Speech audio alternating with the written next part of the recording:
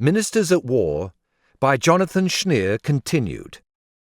Disc 5. Social and class differences could also interfere with smooth sailing in the War Cabinet. An autodidact Labour minister might inadvertently reveal insecurity when dealing with a figure who had attended a great public school and university. The Home Secretary, Herbert Morrison, the son of a South London policeman, appears to have been compensating, for example, when he showed off his knowledge in a note to the Lord Chancellor, Sir John Simon. The latter had attended the exclusive public school Fetters in Edinburgh, attained a first at Oxford, and served as president of the Oxford Union. "May I say how much I enjoyed reading your speech of yesterday?" Morrison wrote to him safely enough in a note of congratulation early in 1942. There was only one thing which marred it, and that was the stupid printer's error, giving the date of the publication of Areopagitica as 1694 instead of 1649. Or the reverse. A member of Britain's upper class might reveal his snobbery, if inadvertently, and only in his diary. At a Buckingham Palace dinner, Frederick Walton, who had himself climbed the social ladder from the lower middle class of Salford, outside Manchester, to chairman of Lewis department stores and a seat in the House of Lords, observed disapprovingly, "Bevan continued to sit as the King joined the group. During dinner he broke one of the liqueur glasses. The King treated him rather like a child, who really doesn't know any better." Many years later, in an interview, Anthony Eden showed himself a snob too. The former World War I army officer simply assumed the right to judge and to place men he deemed to be his social inferiors. Morrison was a good rifleman, he recalled of the Home Secretary, the kind of man you promote to Lance Corporal one week and he may lose his stripes the next, but he will be back up again soon. Cockneys make the best soldiers. Then, realizing how this sounded, Eden asked the interviewer not to use the quote. It is easy to imagine the unspoken tensions, hesitations, and resentments that must have been part of the atmosphere at War Cabinet meetings. Moreover, jockeying for position, apple polishing, toadying, and the clash of personalities among ministers continued as always, although everyone denied it. On January 22, 1941, Beaverbrook addressed the 1922 committee. According to the meeting's note-taker, during the course of his speech, he assured members that perfect harmony existed between his colleagues and himself. He did not mention that a quiet scrap was going on, just then, between the two Bs, himself and Bevan, over control of manpower and conscription of labour, or that he had recently offered his resignation to the Prime Minister. "For some time I have been most uncomfortable, and I have asked for my release on that account," he wrote to Churchill. Beaverbrook employed flattery, and even something like bribery, to bend cabinet colleagues to his will. He tried hard to split the Labour ministers from his great antagonist in the War Cabinet, Bevan.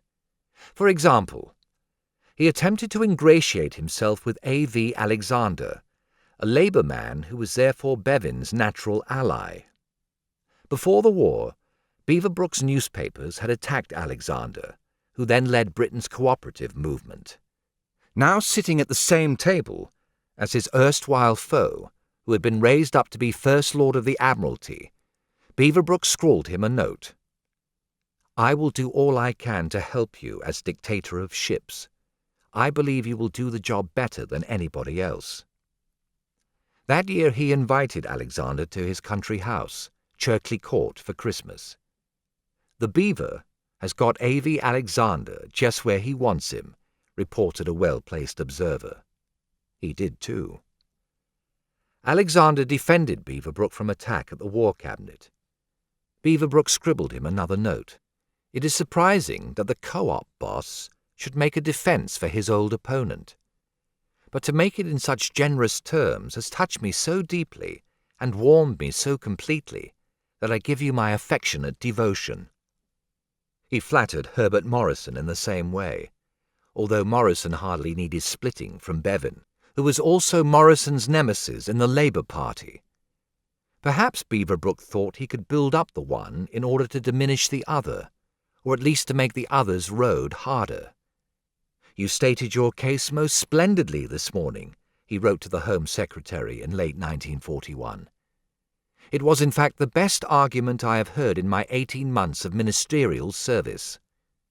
A month earlier he had written, "You made a most excellent impression on the House of Commons. Perhaps it was the best speech you ever made." Does this not sound faintly patronizing? Yet eventually Beaverbrook felt able to write to Morrison, against much evidence to the contrary.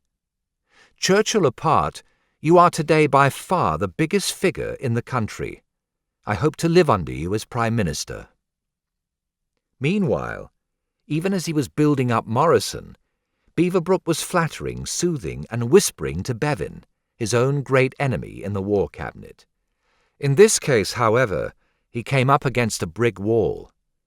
In one note, also written in late 1941, just at the time he was writing to Morrison, the millionaire newspaper magnate praised the great trade unionists' leadership of men and women in the industrial centres. "Can we make a platform for you where I can stand at your side?" he inquired. "I am sure you can do so if you determine to build it." This seemed to Bevan a suggestive but also a dangerous idea. He replied, "I have no policy except the policy of the government as a whole, arrived at through the Cabinet.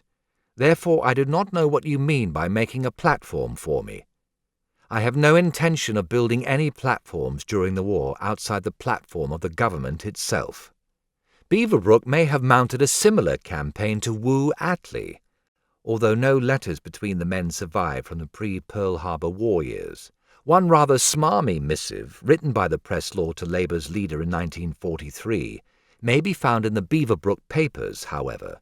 In any event, Beaverbrook would have found Clem Attlee to be at least as impermeable as Ernest Bevin. Attlee despised Beaverbrook's modus operandi. Immediately after the war, he spoke words of warning to young Labour MPs who were about to enter the House of Commons for the first time. "There are many people to whom it will be easy to talk. Chief among these is Beaverbrook. He is a magnet to all young men, and I warn you that if you talk to him, no good will come of it. Beware of flattery." And yet Beaverbrook remained a generous host and friend to Churchill. In June 1941, out of the blue, so far as one can tell, he sent to Churchill 6 bottles of Deidesheimer Hofstock, 1937. Churchill was delighted to receive this fine Riesling wine, despite its country of origin. He wrote to Beaverbrook, "Thank you so much for your exhilarating gift."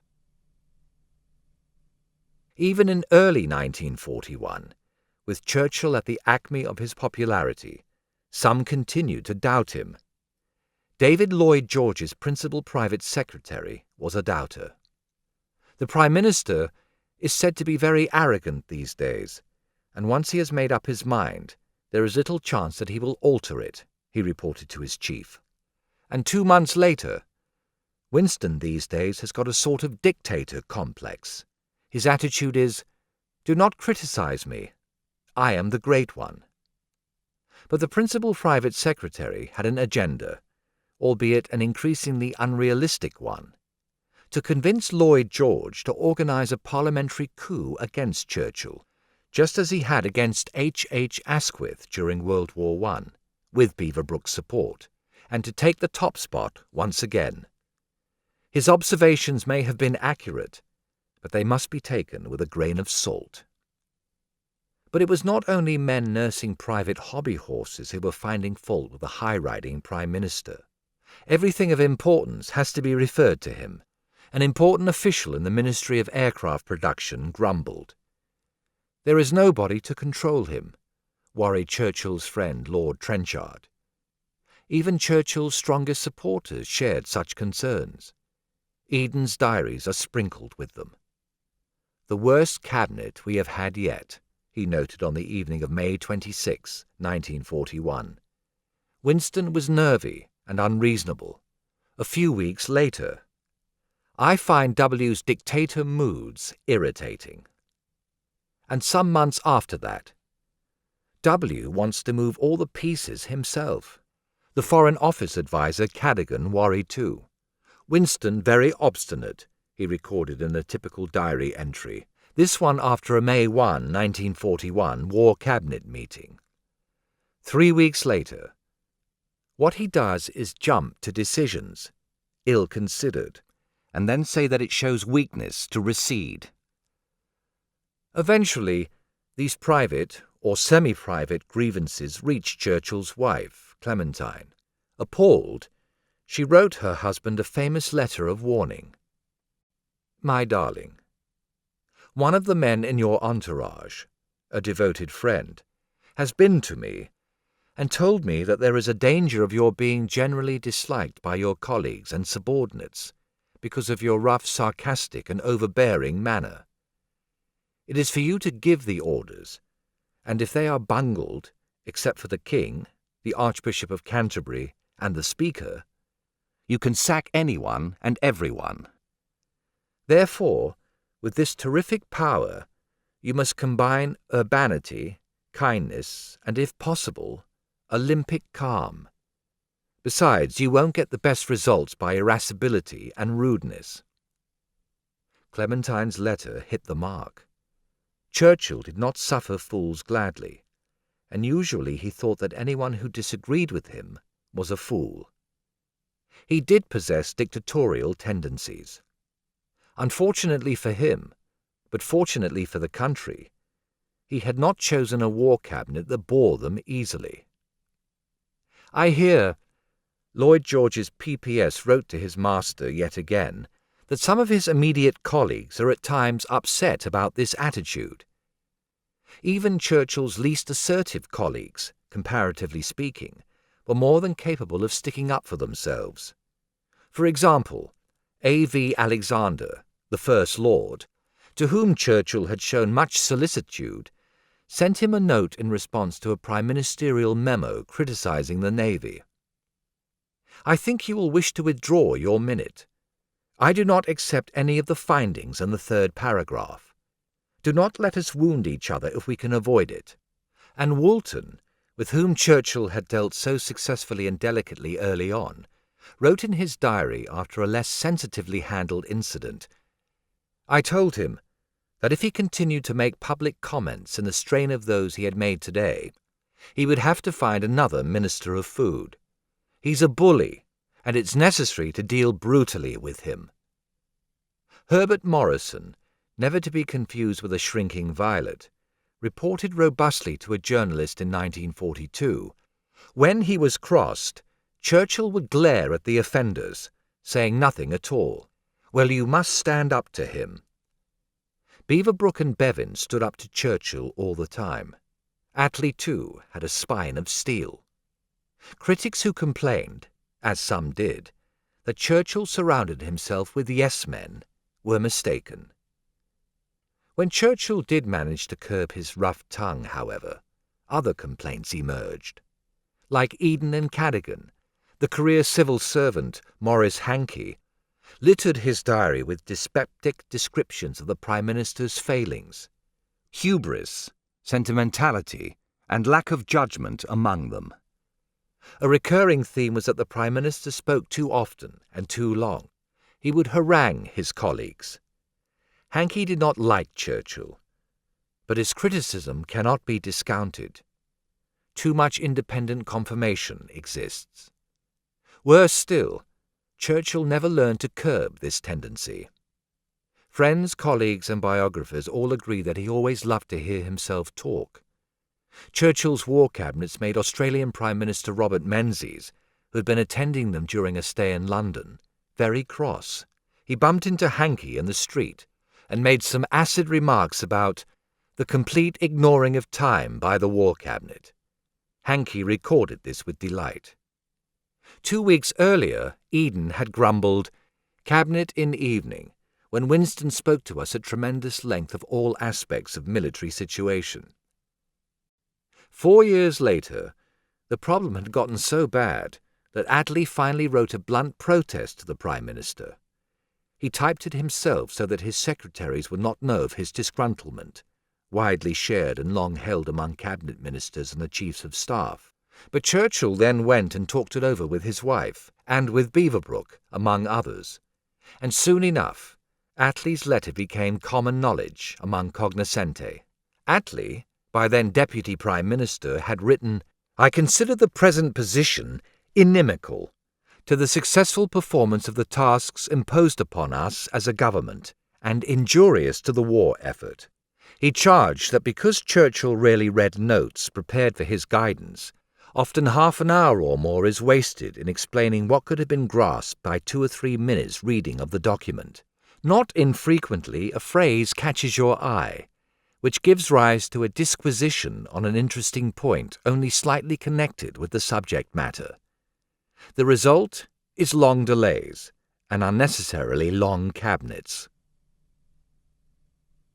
Britain was winning the war by 1945, when Attlee wrote his letter, and so in the end everyone discounted the Prime Minister's drawbacks and personal foibles. That had not been the case earlier, however. In 1941, Britain clearly was not winning the war, and no one knew how she could win it.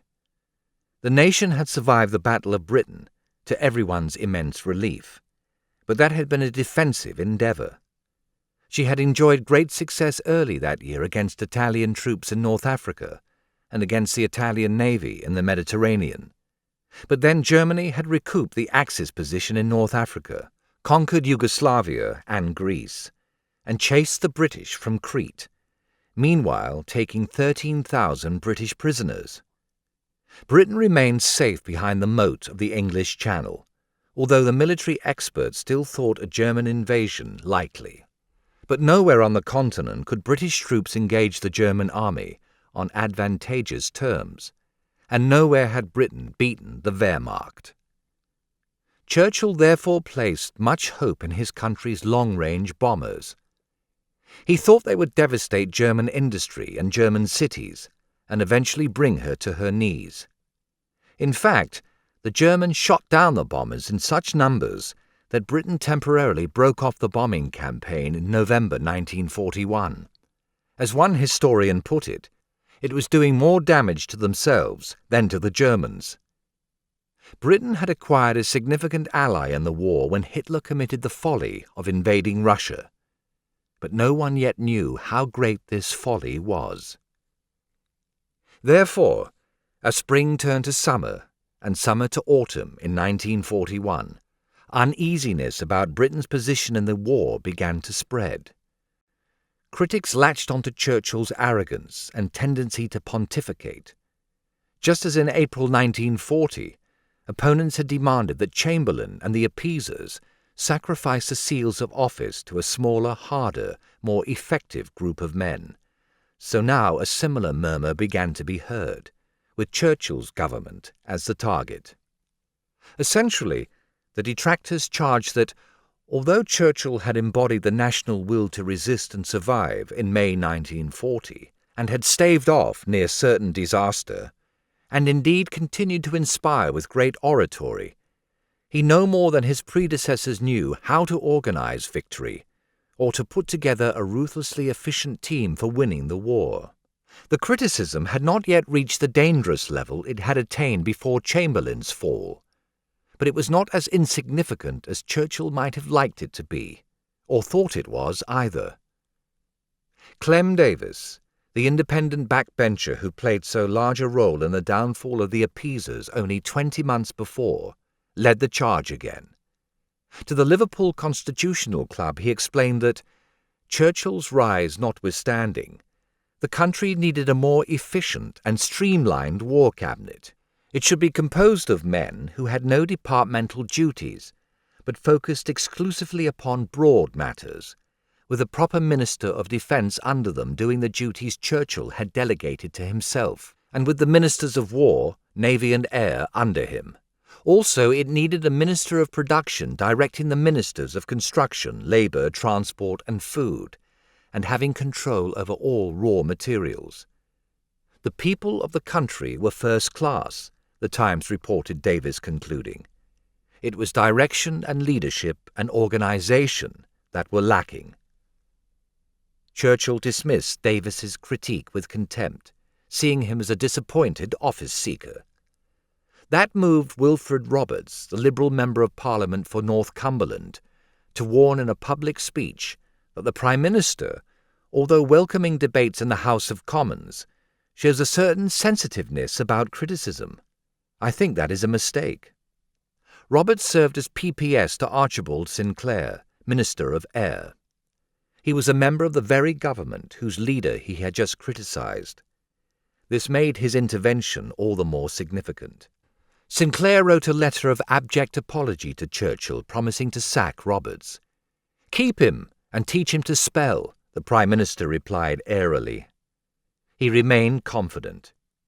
But meanwhile, one Conservative MP warned a cabinet minister that the House was beginning to be critical about some of the PM's actions and decisions. Disgruntled backbench Conservative MPs are meeting privately at dinner parties to concert a plan of campaign to be followed in Parliament, claimed a journalist. The promoters are anti-Churchill. The Conservative member for South Croydon, Herbert Williams, reiterated Davis's larger point at a public meeting. Although Mr. Churchill possesses a capacity for inspired speech, he is not so good as a manager of the war effort. And in another address, reported in the Times, Davis said, "It was a real peril to this country that Mr. Churchill should be regarded as a man beyond challenge. It was bad for him and bad for the country. Mr. Churchill must get a better team round him if this country was to be better served. We had tolerated in our government departments inefficiency, until we got a Prime Minister who would say, 'If you don't do your job, you will be fired,' things would not improve." Now the press joined in the agitation. Churchill remained the only man who can answer the call of the nation. He has the power and the courage, noted the Sunday Pictorial of November 2, 1941. But we need a War Executive Council of 6 men working under Mr. Churchill, with none of them tied to a government department. The growing assault is not on Churchill, Cavalcade reassured its readers. But the critics want the load of placemen shifted off his back. Big changes penned both in the War Cabinet and the administration. Things had gone far enough at this point to seriously worry an old ally and friend of the Prime Minister, the naval officer Robert T. Bower, who served as a Conservative Member of Parliament for Cleveland. Bower could think only to get in touch with Leo Amery. Churchill had long since given up the arduous exercise of listening to small fry such as himself. But the Secretary of State for India, who was a friend of Churchill's of even longer standing than Bower, should attempt to warn him. There are ominous signs of a situation like that just preceding the fall of Chamberlain. Sentiment in the lobbies and in the pubs and clubs and back streets can roughly be summed up by saying, of Churchill, "Vox et praeterea nihil." He is voice and nothing more. There is every sign of diverse oppositions crystallizing into something serious. On December 7, 1941, Japan attacked the American naval base at Pearl Harbor, drawing the United States into what now became a truly worldwide war. Churchill immediately headed for Washington, D.C., to confer again with President Roosevelt. He believed that with America in the war, victory finally was certain, although the road to it would be long and hard. But he left behind in England an uneasy cabinet and uneasy Parliament. For the first time during his premiership, men were calculating odds and playing parlour games as they had in May 1940, asking one another who among them could both successfully challenge the Prime Minister and put the country on a real war footing. And gradually, opinion began to coalesce around a single individual. Churchill would return from the United States in January 1942 to confront the first serious challenge to his position as Prime Minister. It came from the man he had appointed ambassador to Russia, who had just recently returned. Many thought, or hoped, that he had come home to claim the top position for himself.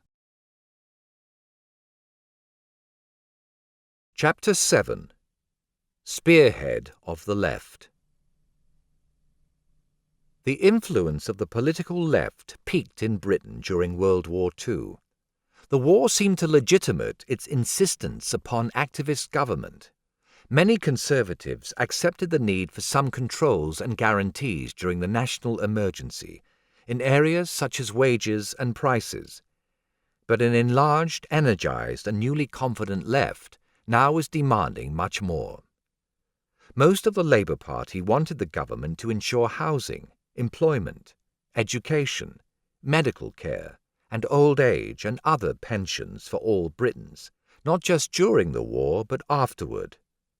Many wanted the state not merely to control aspects of the economy during wartime, but for all times, by nationalizing the means of production, coal mines first of all, distribution, starting with railways, and exchange, the Bank of England.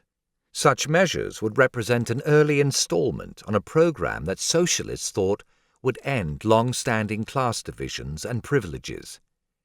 Increasingly they claimed that this was what the war was all about, that such government actions were the ransom that wealthy Britons must pay for deliverance from the German threat. When Communist Russia entered the war on Britain's side, such demands only increased in volume and popularity. The Soviets did not succumb to the German juggernaut, as almost every other country had. Many concluded that this meant the Soviet system, the socialist system, spelled the difference. Labour was an obvious beneficiary of the swing to the left in Britain during the war. But Labour belonged to Churchill's grand coalition. Party leaders knew they must compromise on all the measures now clamoured for, or the coalition would fall. They walked a political tightrope, and some of their supporters deemed their balancing act a betrayal of principles. In 1942, some of the Labour malcontents, along with a few radical liberals, bolted to form a new socialist party that would not compromise. They called it the Commonwealth Party, and within months they were running candidates in by-elections, and winning them. They won 5 by-elections in all during the war. The Communist Party also benefited from the swing to the left. Communist Party membership peaked in Britain in 1943 at about 60,000, and communist influence in the trade unions, always out of proportion to party membership, grew ever stronger, particularly among miners, engineers, transport workers, despite Ernest Bevan's influence, firemen, foundry workers, and those in the electrical trades. At the end of the war, 2 communist candidates would win parliamentary seats in the general election. If any single individual stood to gain from this leftward swing in public opinion, it was the man whom Winston Churchill had appointed to be his ambassador to Russia on May 31, 1940. Stafford Cripps had supporters in the Labour Party, although not among the leadership, in Commonwealth and among the Communists as well.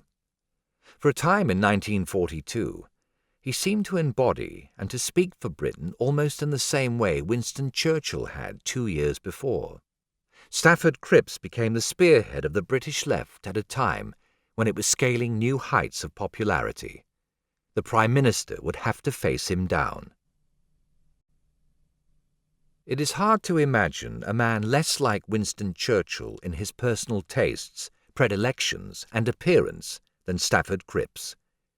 Increasingly stout, Churchill may still have looked robust, but he was not fit, although he had great recuperative powers. The taller, leaner Cripps looked fit, but he never was robust. Churchill gloried in the good things life offered him. Cripps enjoyed life too. During the pre-war era, he had a high income, a splendid country manor house, a close-knit and happy family, and many friends. But he looked and acted to a degree like an ascetic. He followed the Alexander technique, a method of using movement and posture to alleviate pain and various afflictions, and as a result, he always stood straight as a post. For some reason, he chose to wear unflattering rimless spectacles. Because he suffered from colitis, he followed a strict vegetarian diet, lunching on 2 nuts and half a carrot. Parrot food, someone called it, which was hardly what the roast beef-loving Prime Minister liked to eat. Churchill drank a great deal, estimating at one point during the war that he had consumed a pint of champagne every day since his 21st birthday, and wondering on another occasion if all that liquid would fill a railway carriage. It would not. Cripps, in contrast, forswore alcohol entirely. Churchill famously loved cigars. Cripps, for reasons of health, gave them up.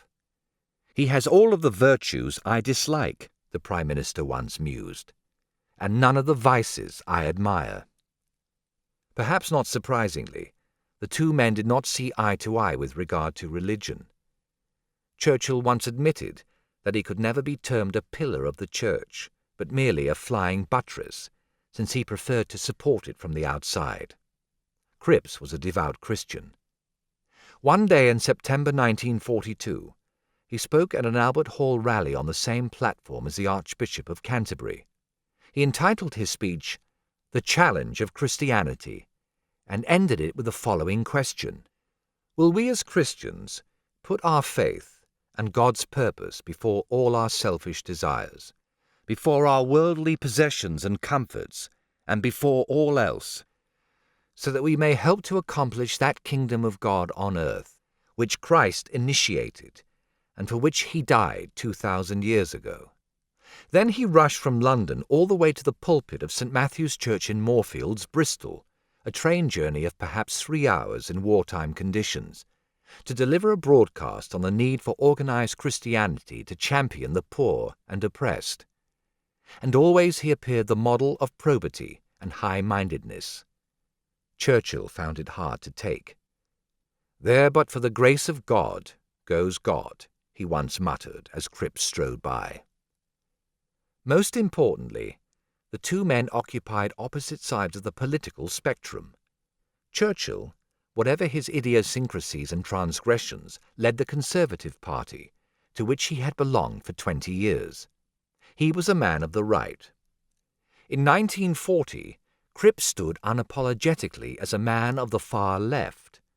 An exceedingly successful barrister, although first trained as a chemist, he had joined the Labour Party in 1928, served as Paymaster General in Ramsay MacDonald's second Labour government from 1929 until it fell in 1931, and represented Bristol East in the House of Commons.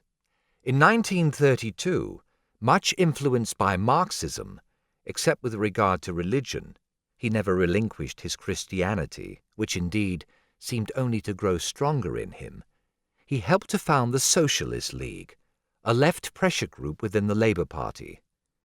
The League campaigned for the unity of all British socialists, including communists. In 1933, Cripps assumed leadership of the League, which he largely bankrolled. He speculated publicly that, once elected, a socialist government really intent upon abolishing capitalism might have to postpone the next election in order to secure its power. He called the League of Nations an international burglars' union, dominated by European imperialists. He voted against British rearmament because he thought Chamberlain would be more likely to send British troops to fight communist Russia than Nazi Germany.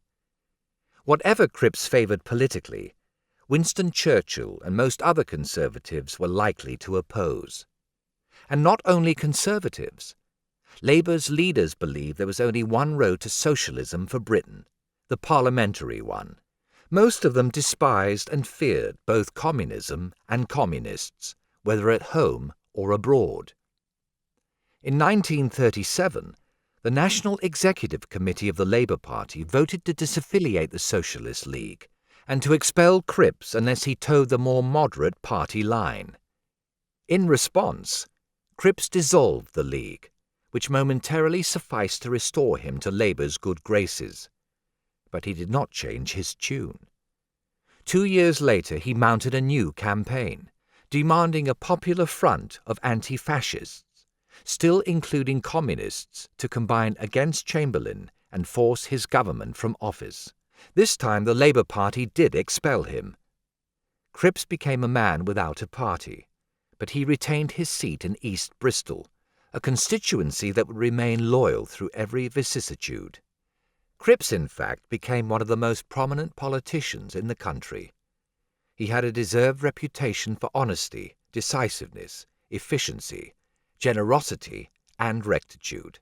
The far left, within the Labour Party, as well as without, recognised him as a leader and thought he would serve one day as Prime Minister. But at the centre of the party, men like Attlee, Bevan, Morrison and Dalton, while acknowledging his great abilities, feared he was squandering them on ill-judged crusades. They considered him unreliable. They would not let him back in until he promised to behave, which Cripps would not do. Meanwhile, some Liberals and Conservatives had begun to discern his extraordinary qualities. The eminent lawyer Walter Monckton, a confidant of the former king, Edward VIII, for example, considered Cripps to be a man of destiny. He and Cripps became fast friends, but most Britons, probably including Winston Churchill, believed the maverick MP to be a communist fellow traveller. Churchill, at least, had no use for him. When, in May 1940, shortly after forming his government, Churchill sent Cripps to Russia as British ambassador, he thought he was simultaneously sending coals to Newcastle.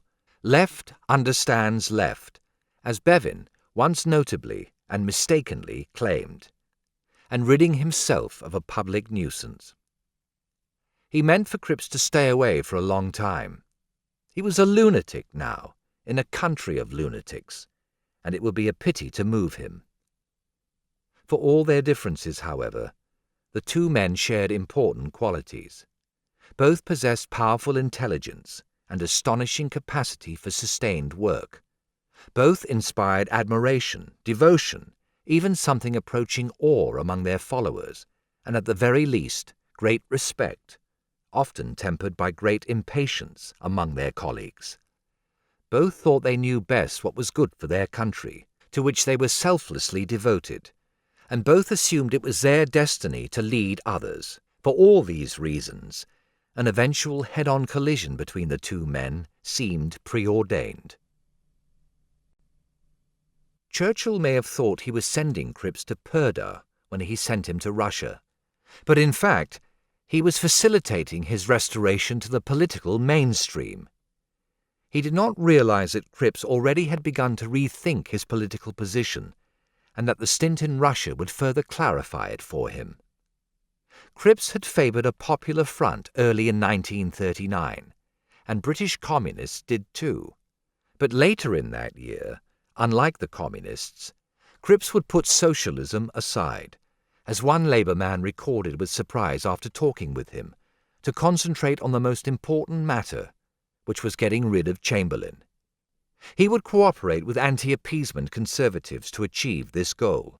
He would cooperate even with Winston Churchill. So he no longer believed, as the communists professed to, that one Conservative was as bad as another. Moreover, as war with Germany drew ever closer, Cripps abandoned all thoughts of the revolutionary defeatism advocated by British communists, determining instead to do whatever he could to defend his country against the Nazis. When the war broke out, Cripps acted upon both these aperçus by quitting his lucrative law practice so that he could devote himself full-time to the nation. Consulting with David Lloyd George and publishing his alternative cabinet in the Daily Mail, he tried to play a part in bringing down Chamberlain.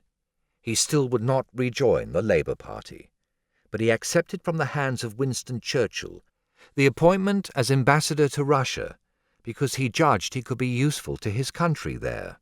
He thought he could better interpret Soviet policies to Britain and Britons to the Soviets than the typical Foreign Office diplomat.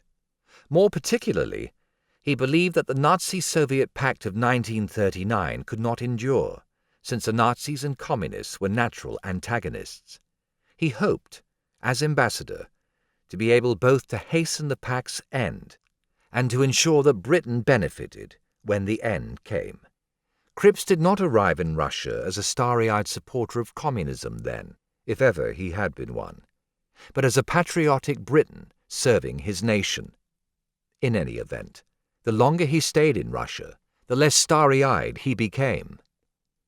One thing has been proved here, he wrote to his daughter within a few months of arrival, and that is that you cannot leap into utopia in one bound. He did not question the necessity of the revolution of 1917, or that Russian communists strove within the Russian context for an egalitarian society, such as all socialists desired. But he realized quickly that Russian practices would not necessarily translate to other countries, and certainly not to his own. Here, he wrote from Moscow to a British friend, nothing is ever said frankly and freely, because none of them dares to talk. It followed that he could never agree with British communists who wanted to import the Russian model to Britain. A similar reorientation took place in Cripps's understanding of Russia's foreign policy. He had come to realize that, contrary to communist claims, Russian diplomacy did not break new ground, and that principles of international working-class solidarity did not inspire it. Rather, Joseph Stalin and his subordinates practiced cold-blooded realpolitik, just as the Tsars had done, and for the same purpose, to protect Russian interests as they understood them. That explained the pact with the Nazis, as well as Russian interventions in Poland, Finland, and the Baltic countries. On the one hand, Cripps sympathized with the Russian approach. He believed that legitimate security concerns prompted it. On the other hand, he parted company with British communists who continued to insist that it sprang from high idealism. He knew that it did not. Cripps felt politically isolated and underutilized in Moscow. Stalin and his Minister of Foreign Affairs, Vyacheslav Molotov, kept him at arm's length because they did not wish to provoke Germany by treating with the representative of Germany's enemy.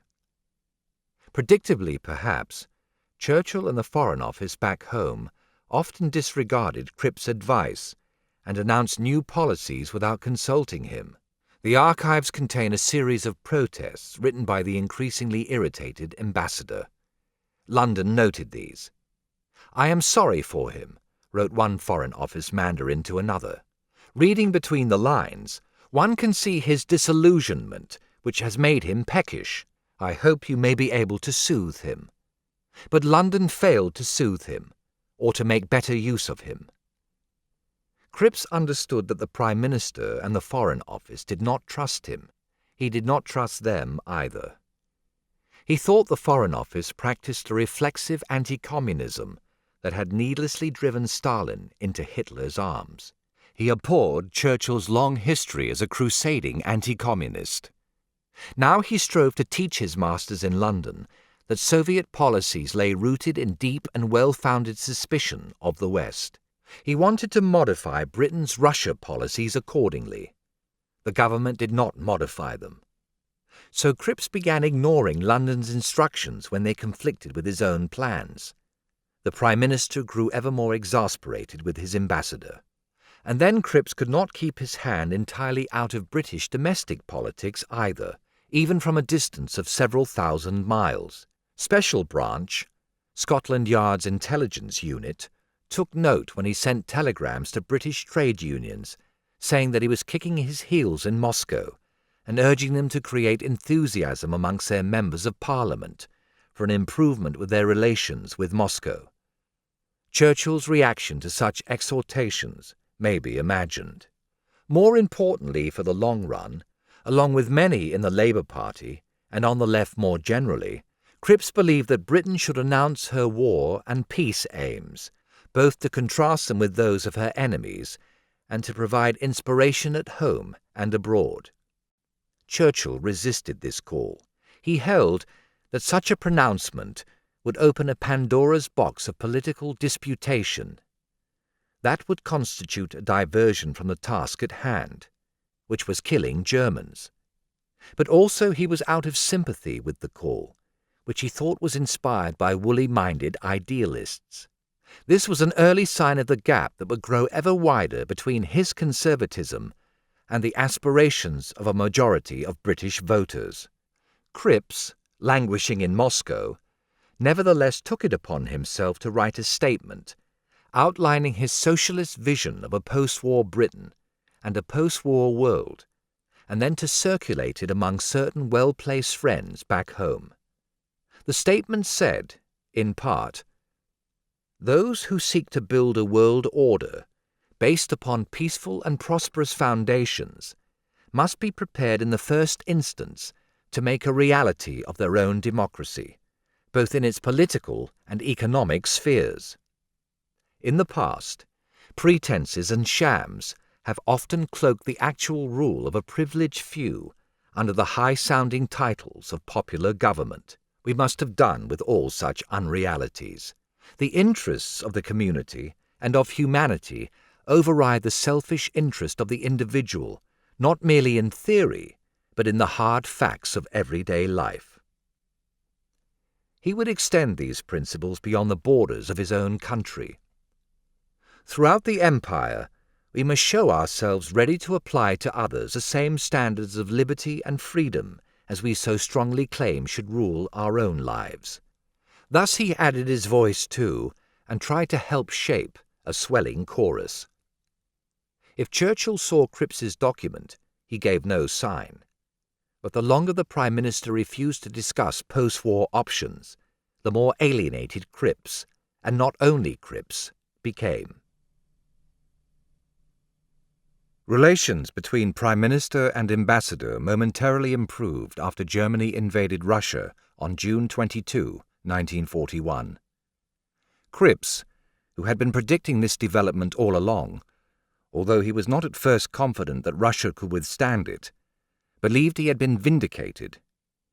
He welcomed Churchill's famous speech about the invasion, which, while retracting none of his earlier criticisms of communism, offered the Russians all support within Britain's power.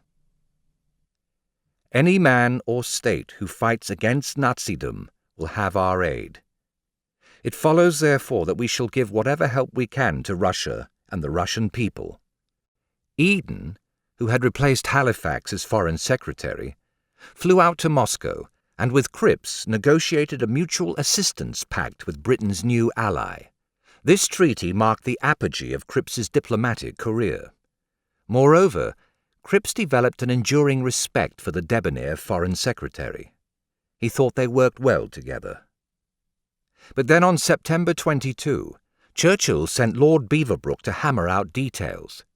He could not have sent someone less likely to get along with Stafford Cripps if he had tried, although, as it turned out, Lord Beaverbrook got along well enough with Joseph Stalin. Beaverbrook had resigned as Minister of Aircraft Production in April 1941, and Churchill had appointed him Minister of Supply in June. He arrived in Moscow in late September, accompanied by FDR's representative, the American roving ambassador Averell Harriman. Upon meeting Cripps, Beaverbrook embarked upon the customary campaign of flattery. He told me that he and Anthony Eden were the only two Crippsites in the cabinet, Cripps recorded in his diary, and he mentioned to me the need for me to join the government. It didn't work. Cripps gave Beaverbrook credit for one thing. He is dead keen to win the war. But Cripps knew he wanted a different kind of post-war Britain than Beaverbrook did. He deemed the latter to be about the most reactionary person possible. When Beaverbrook asked him where they differed politically, Cripps replied baldly, on the attitudes towards management and labour questions. That was for starters. Beaverbrook's subsequent conduct widened the gap. According to Hugh Dalton, who may have been repeating malicious gossip, Beaverbrook took possession of Cripps's office in the embassy and turned him out of the room. When he wanted him, he opened the door and bellowed, "Cripps!" When dining out, he demanded that an orchestra should be produced. Beaverbrook certainly thought Cripps was a sanctimonious prig. The Russians kept offering drinks and toasts, but the teetotal ambassador always refused to join in. Beaverbrook drank and toasted with gusto. He also thought the Russians despised Cripps for being an upper-class theoretical socialist, but respected him, Beaverbrook, because he was a tough-minded, no-nonsense newspaper man. Anyway, Beaverbrook had Churchill's blessing and full support, while Cripps did not, so he had the authority to exclude Cripps from most of the meetings with Harriman and the Russians. He did not even inform him of what transpired at them. This was not the way to work with Stafford Cripps. For months he had been thinking he could better serve his country at home anyway. The week before Beaverbrook arrived, he wrote to Eden, "I am not prepared to put myself permanently out of British politics for the sake of a diplomatic career." On October 1, with Beaverbrook now in Moscow, he wrote to Eden again. "What do you think of the idea that I return to England on October 15? Eden kept replying that the Prime Minister wished him to stay. Cripps hung on with increasing frustration for some months more, but he understood Churchill's true motivation. "I am pretty sure the major part of Winston's desire for me to remain here arises from the domestic political situation, and not from his views as to the needs of the position out here." Cripps had that right. Autumn 1941 was when the mood of the country and of the House of Commons darkened, when men began calling again for a smaller, more efficient war cabinet, for Churchill to give up his position as Minister of Defence, and for a declaration of war and peace aims on the lines of the one Cripps had recently released. Moreover, this was when they began feeling increasing gratitude for the Soviets, who were bearing the brunt of the war against Germany and unexpectedly still in the fight. "Thank God for Russia" is a frequent expression of the very deep and fervent feeling for that country which permeates wide sections of the public, the Home Intelligence Branch reported. British Conservatives found, for the first time, that anti-communist and anti-Soviet rhetoric had little or no impact, or had become actually counterproductive.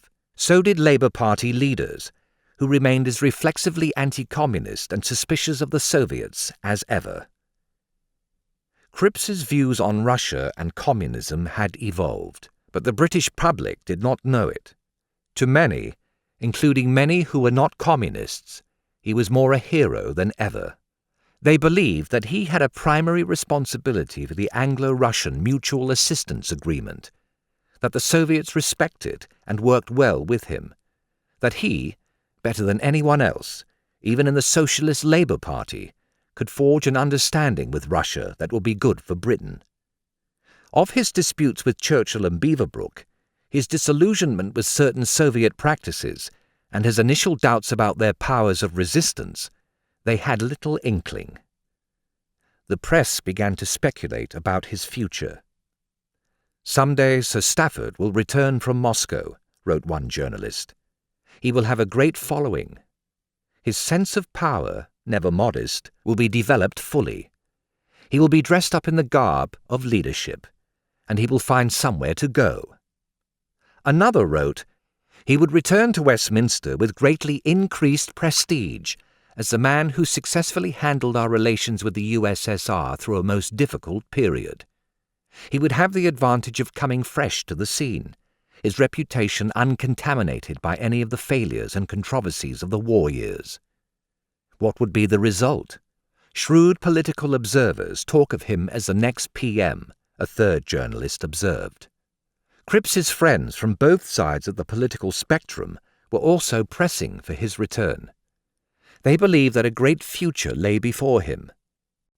I wonder if Stafford fully realizes the vacuum that is deepening in British left political leadership, and that now for the first time he might be able to rally sufficient support, young and vigorous enough to start building an alternative political bloc, wrote one socialist, who thought Labour Party leaders reflexively anti-communist, and communists reflexively pro-Russian.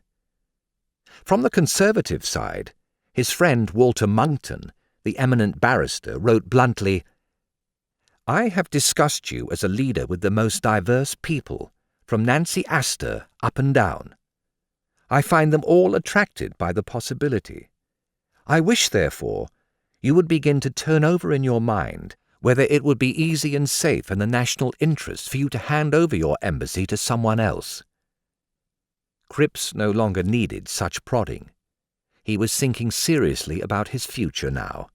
"I am quite convinced that I couldn't possibly go into the War Cabinet or any other job for the government except upon the condition of many changes of personnel and policies," he informed his wife. How likely was that? He may already have been eyeing Churchill's job. Churchill may already have suspected as much. He told Eden on November 14 that Cripps could come home after all. "Then," said the Prime Minister, "I will put my fist into his face." But Churchill did not let Cripps come home just then. In fact, he might have kept him in Moscow indefinitely, calculating that Cripps would cause less trouble there than in Britain, and that Cripps's highly developed sense of responsibility and patriotism would hold him in situ. But Japan attacked Pearl Harbor. America entered the war. Churchill sensed that the mood in London, and hence his own position, were improving. Finally, he could afford to grant the difficult and importunate Cripps his heart's desire. It took another few weeks, but Cripps sailed from Murmansk homeward bound in the middle of January 1942. He may not have known what his next step would be, and only generally what he wanted to do when he got there. But many in Britain thought that they knew. Churchill seems always to have known precisely what he wanted to do. Now he wanted to continue as Prime Minister. He moved quickly, although at first unsuccessfully, to contain the threat Cripps posed to his position. He could not immediately prick the Cripps bubble, but for the duration of the war, he largely kept the initiative and the upper hand in his dealings with the former ambassador. The Prime Minister proved himself yet again a skillful manager of men, and also a master of political manoeuvre. Cripps arrived in Britain on Friday, January 23, 1942. Churchill invited him and his wife Isabel to Chequers for lunch on Sunday the 25th. "Well, Stafford, how have you returned? Friend or foe?" he inquired of his guest. Cripps replied, "A friendly critic or a critical friend." The sparring continued over a lengthy meal and postprandial conversation that touched on many aspects of the war and on India. Churchill drank 4 different wines and several brandies. Cripps, of course, abstained. Eventually the Prime Minister came to the main point. As his critics had been arguing, war production remained insufficient, despite all efforts to increase it. He would attempt to satisfy them and to solve the problem by creating a Ministry of Production. The new minister would have a seat in the War Cabinet. All of this Cripps approved. Then came the surprise. Despite the objections of both Attlee and Bevin, Churchill had decided to appoint Lord Beaverbrook to head this new ministry. That would open the Ministry of Supply, Beaverbrook's present job. Churchill would be glad for Cripps to take it. He would have a free hand there, mainly. In some respects, however, supply must be subject to production. Moreover, although the Minister of Supply would have a seat in the Cabinet, he would not sit in the War Cabinet. Churchill must have known that Cripps's first reaction would be negative. How could the former ambassador welcome a position subordinate to the hated Beaverbrook? How could a man possessing so great a popular following relish serving as a member of the second rather than the first 11? That is to say, in the Cabinet, but not in the War Cabinet. But Churchill knew what he was doing. He was willing to bring Cripps into the government, in part to satisfy a growing chorus, in part to make better use of the former ambassador's manifest abilities. He did not want him in the War Cabinet, however, where he might appear as an alternative Prime Minister. The offer may have served a more Machiavellian purpose as well. Cripps must take time to consider it. That would mean that he could not gracefully participate in a critical 3-day debate on the government's conduct of the war, concluding with a vote of confidence, on which the Prime Minister was insisting, in the House of Commons the next Thursday, January 29. Churchill was muzzling a potentially dangerous critic. And if after the debate had finished and the votes been tallied, Cripps declined to enter his administration, Churchill may have reasoned, well then, so much the better. Cripps did decline. His written refusal of Churchill's offer arrived on the same day as the vote of confidence after the 3-day debate. During that debate, many members, while protesting their loyalty to the Prime Minister, voiced great anxiety about the situation in the Far and Middle East and South Asia, about the Cabinet and War Cabinet, about Churchill's combined role as Prime Minister and Defence Minister, about war production, and more specifically, about the failure to help Russia as much as promised in the arrangements worked out by Lord Beaverbrook. This last matter in particular was a subject Cripps knew a lot about, but he kept silent. He knew as well as Churchill that it would be unseemly for him to discuss, let alone to criticise, the conduct of a government that had just offered him a cabinet position. In the event, only the tiny independent Labour Party voted no confidence in the government. 2 of its parliamentary members acted as tellers.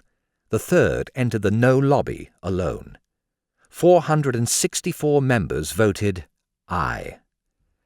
It seems an astonishingly lopsided victory, until one recalls that the House contained 640 members in all.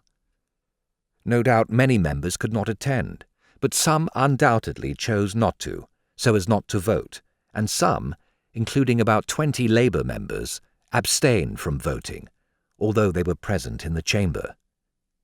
An experienced observer estimated that 50 Tories had intended to abstain, but that Churchill's winding-up speech, delivered in a minor key, and during which he soberly predicted misfortune still to come, evoked in them a reflexive party loyalty. Another witness, more shrewd, and himself a member of the government, wrote, "The criticism of the Prime Minister was not factious, but arises from uneasiness, which members cannot hold within themselves. Many of us in authority have to stamp upon our own uneasiness and say nothing." Cripps had not been silenced altogether, however. The day after his return to Britain, he gave a press conference about Russia, so interesting that, according to Lloyd George's PPS, who attended, the journalists almost forgot to take notes. When he finished, they showed their appreciation by a terrific display of applause. During the week, while Commons debated government conduct, Cripps made the political rounds, taking counsel with friends and colleagues, including even Beaverbrook, and he wrote to Churchill, declining the post, just as House members were voting. Perhaps his timing suggests his attitude, and how he would have voted if he had thought it proper to participate in the debate and ballot. In his letter to Churchill, Cripps aligned himself with the critics who wanted a more thorough reorganization of Britain's war planning and war-making machine. He argued that the Minister of Supply, not the Minister of Production, should control allocation of raw materials and have power to set priorities. He protested against Supply's exclusion from the War Cabinet. He could not join the government, given these restrictions on his power to make necessary changes, but must remain instead merely a frank and, I hope, helpful critic. Churchill replied, "I shall always be ready to receive your friendly advice." Later that night, Churchill told Beaverbrook he rejected out of hand any plan to bring Cripps into the War Cabinet at that moment. So the ex-ambassador remained outside, with his nose pressed to the glass, looking in, planning his next move. Touché, and for the present a draw, although perhaps with slight advantage to the Prime Minister. Churchill would remain in Britain's top position until July 1945.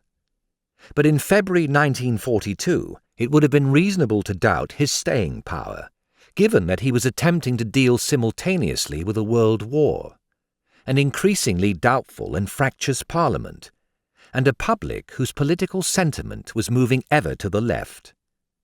He had effectively gagged a potential leader of the critics during the recent debate, and he felt secure enough to keep him out of the War Cabinet, but he had not muzzled him permanently. Cripps was a magnet for press reporters speculating about his intentions. The gossip did not abate, even when the former ambassador withdrew from the public eye to a newly purchased farmhouse — he could no longer afford the grand manor house — to ponder his future. And when he re-emerged on February 8 to deliver a broadcast on the BBC about Russia, he succeeded, as he no doubt intended, in stoking speculation further. I hope that all you who are listening are settled comfortably by your radio, warm and well sheltered, and with a feeling of gratitude, even though some of you have been bombed out of your homes, he began. You have had snow and cold during this winter, but not the cold of Russia, where 30 to 40 degrees below zero are no exceptional experience. You have known the tragic horrors of prolonged aerial bombardments, and still more of you will have had your houses and your possessions destroyed. But you have not experienced the brutalities and the savage violence and rapine of the Nazi invaders. That was one theme of his broadcast, to contrast Russian and British conditions. It was worse over there. Another theme was exhortation. For the Allies to win the war, every Briton must work harder, as the Russians did, and make further sacrifices, as the Russians were doing, and vow that not a moment shall be lost through any failure of mine. He mentioned America once during his talk, and only in passing. People listening to their radios that February night could have been forgiven for concluding that Britain's future depended upon her citizens' hard work and upon her connection with Russia. And while the man most commonly understood to be Britain's best link with and interpreter of the USSR did not in any way suggest that he could not work better with the Soviets than the current Prime Minister could, that did not keep people from thinking it. Churchill would have listened to Cripps's broadcast with grudging admiration, but also with increasing irritation. Cripps broached another subject in his talk, with great delicacy given its sensitivity, namely Britain's war and peace aims. This cannot have pleased the Prime Minister either. We are anxiously reaching out to that time when the new world for which the peoples are longing, and for which almost every man and woman is daily hoping, begins to show itself in clear outline on our horizon. A world of new values, cleansed of the old evils, and offering a full and free manhood to the peoples of every class, religion, nation, and colour. That positive achievement which we are determined shall issue from this ghastly war, which is itself the brutal negation of every teaching of our Christian civilization. One who heard him reported approvingly, "His reference to Christianity shows that he has not swallowed all Stalin's doctrines. The trouble in the past has been, so the talk goes, that there has been no one to replace Winston. Now Cripps is the man." All things being equal, however, Churchill still could deal with Stafford Cripps.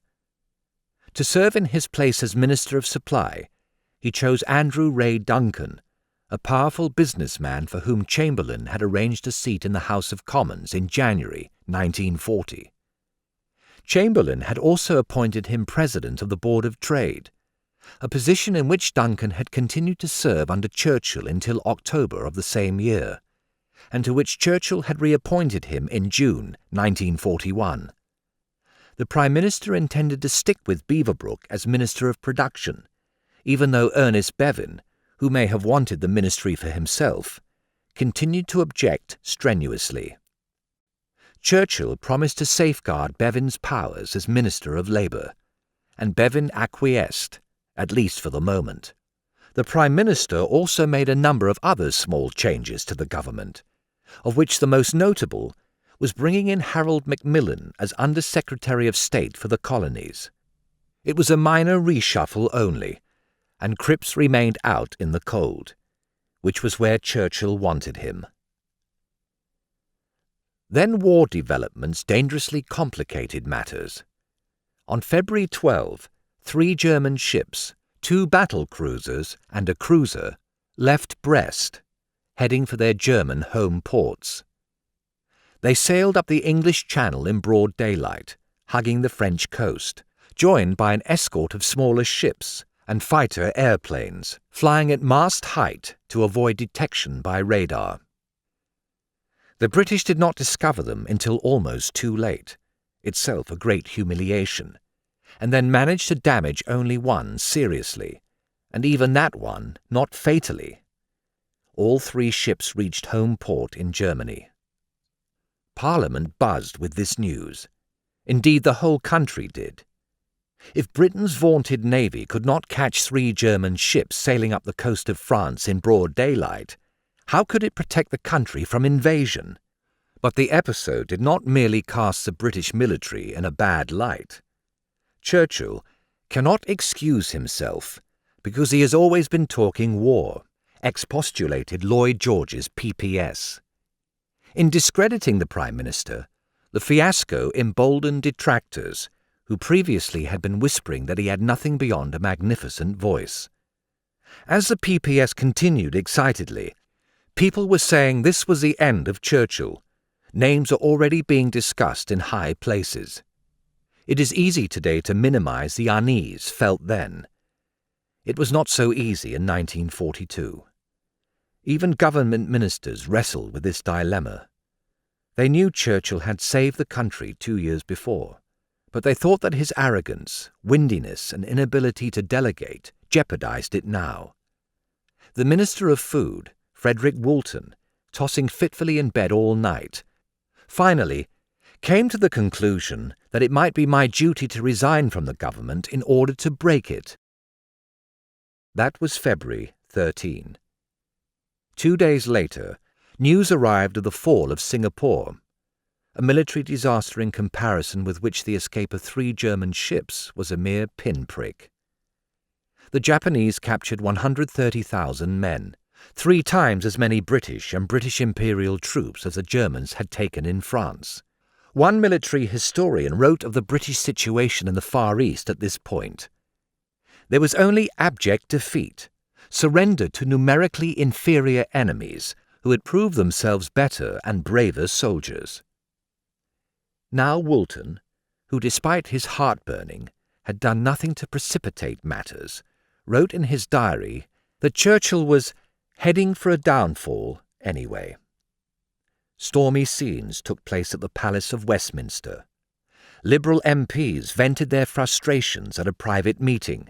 A regular hullabaloo took place at a private meeting of Labour MPs. Even at the private meeting of Conservative MPs belonging to the 1922 committee. Mr. Calderwell said he hoped the Prime Minister was being kept in touch with the general opinion of members, namely that further drastic changes in the government were desired and that members were not satisfied with the present position. Flight Lieutenant Raikes said that he did not agree with the Prime Minister holding the office of Minister of Defence, as well as that of Prime Minister. Mr. Strauss suggested that all the members of the present War Cabinet should place their resignations in the hands of the Prime Minister, so that he should have a free hand in selecting men of the highest ability, irrespective of party. Sir Cuthbert Headlam thought that the 3 service ministers should be in the War Cabinet. It was one thing for Liberal and Labour MPs to voice discontent about a Conservative Prime Minister. It was another for Conservatives to do it themselves. But then, many of them had never liked or trusted Winston Churchill. He had just won a vote of confidence by 464 to 1, but he could not feel confident now. This audiobook is continued on Disc 6.